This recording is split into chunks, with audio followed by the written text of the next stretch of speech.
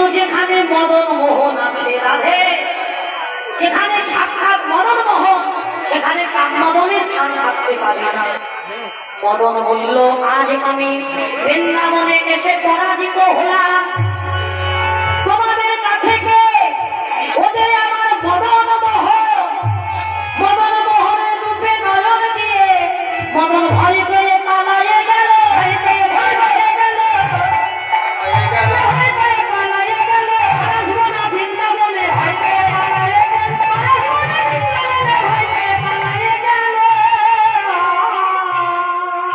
না না, বৃন্দাবনে আমি আবার আসবো, আমি তাদের কাছে যাব না যারা মদন মোহন স্মরণ করে।